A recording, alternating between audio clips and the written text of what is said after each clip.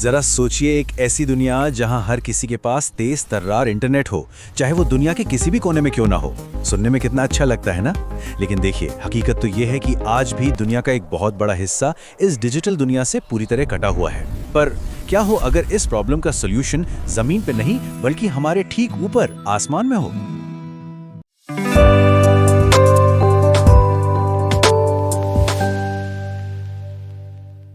तो असली दिक्कत है क्या? भाई सीधी सी बात है, जरा सोचकर देखिए।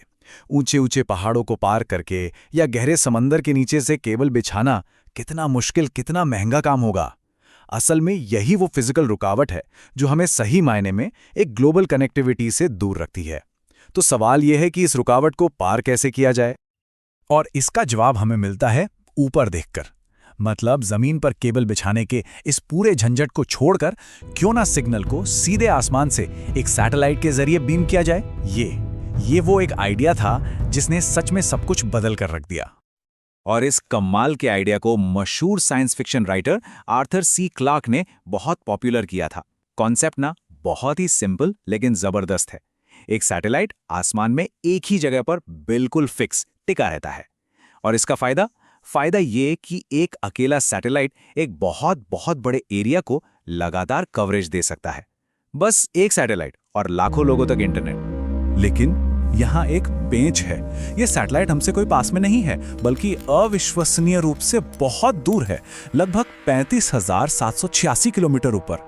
ये इतनी ज्यादा दूरी है कि आप लगभग पूरी पृथ्वी का एक चक्कर लगा सकते हैं। अच्छा, इस नंबर को, इस दूरी को जरा याद रखिएगा, क्योंकि ये हमारी कहानी में आगे चलकर बहुत बहुत जरूरी होने वाला है। इस पूरे सिस्टम को ना अक्सर बेंट पाइप मॉडल कहा जाता है। मजेदार नाम है ना? ऐसा इसलिए कहते हैं क्योंकि सैटेलाइट यहाँ स्पेस में बस एक बड़े से मुड़े हुए पाइप की तरह काम कर रहा है। वो सिग्नल को खुद प्रोसेस नहीं करता, बस उसे आपके घर से लेकर इंटरनेट गेटवे तक और फिर गेटवे से वापस आपके घर तक मोड़ देता है। सिंपल। तो ये पूरा आइडिया सुनने में तो बड़ा शानदार लगता है ना? बिल्कुल परफेक्ट। लेकिन इस बहुत ही खूबसूरत से दिखने वाले सॉल्यूशन में एक बहुत बड़ी, एक बुनियादी खामी छिपी हुई है। और हाँ, इसका सीधा सीधा लेना देना उसी विशाल दूरी से है जिसकी बात हमने अभी की थी। इसको समझने के लिए एक उदाहरण लेते हैं। मान लीजिए आप किसी से बहुत लंबी दूरी पर फोन पर बात कर रहे हैं और आपकी आवाज पहुंचने में 1 सेकंड की देरी हो रही है। आप कुछ कहते हैं और फिर जवाब के लिए एक अजीब सा पॉज लेना पड़ता है। इंटरनेट की दुनिया में इसी देरी को, इसी इंतजार को लेटेंसी कहते हैं। और ये जो फर्क है ना, ये सच में चौंकाने वाला है। जहां फाइबर केबल में सिर्फ 20 मिलीसेकंड्स की देरी होती है, वहीं जियो स्टेशनरी सैटेलाइट से सिग्नल को जाने और वापस आने में 550 मिलीसेकंड से भी ज्यादा लग जाते हैं। मतलब जब दूरियां इतनी ज्यादा हों तो लाइट की स्पीड भी एक रुकावट बन जाती है। कमाल है। तो असल में इन मिलीसेकंड्स का हमारी जिंदगी में क्या मतलब है? इसका मतलब है वो फ्रस्ट्रेशन। जब कोई ऑनलाइन गेम बीच में ही अटक जाए, या वीडियो कॉल बार बार फ्रीज हो जाए, या फिर कोई जरूरी वेबसाइट खुलने में ही सदियां लगा दे। ये सिर्फ एक नंबर नहीं है, ये एक असल दुनिया का एक्सपीरियंस है जिसे बहुत से लोग रोज महसूस करते हैं। तो अगर असली प्रॉब्लम ही दूरी है, तो फिर इसका सोल्यूशन क्या है? यहीं पर अगली पीढ़ी के इनोवेटर्स ने प्रॉब्लम को एक बिल्कुल नए नजरिए से देखा और एक ऐसा क्रांतिकारी समाधान पेश किया जिसने पूरा खेल ही बदल दिया। और समाधान, हैरानी की बात है कि बहुत सीधा साधा है। सैटेलाइट्स को पृथ्वी के बहुत बहुत करीब ले आओ, दूरी को इतना ज़्यादा कम कर दो कि सिग्नल के आने जाने का टाइम और इसलिए लेटेंसी खुद ब खुद एकदम घट जाए। और ये सच में एक गेम चेंजर था। मतलब सीधा सा हिसाब है, जितनी कम ऊंचाई उतनी ही कम लेटेंसी। और लो अर्थ ऑर्बिट यानी लियो सैटेलाइट्स जो सिर्फ 550 किलोमीटर ऊपर हैं, वो इतनी कम लेटेंसी देते हैं जो लगभग फाइबर केबल के बराबर है। और इसी वजह से अब कहीं भी, किसी भी जगह पर हाई स्पीड और एकदम रिस्पॉन्सिव इंटरनेट मिलना मुमकिन हो गया है। लेकिन हाँ, इतनी नज़दीकी का भी एक दूसरा पहलू है। क्योंकि ये सैटेलाइट्स बहुत करीब हैं, ये आसमान में बहुत तेज़ी से घूमते हैं।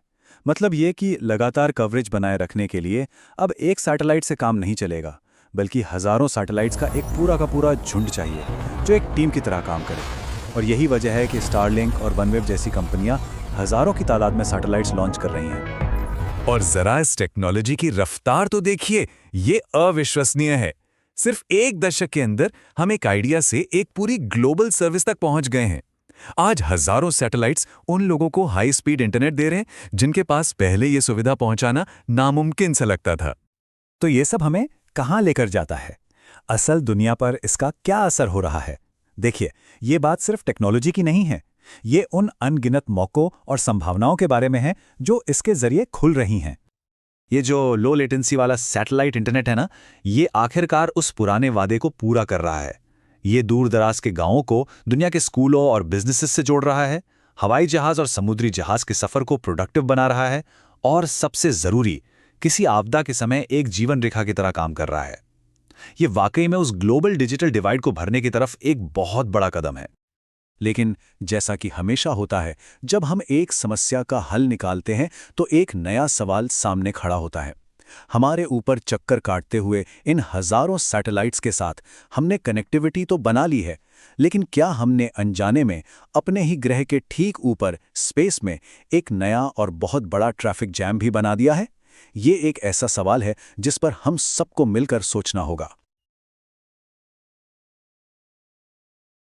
वीडियो अच्छा लगा हो तो शेयर करें अपने दोस्तों के साथ और चैनल सब्सक्राइब करें।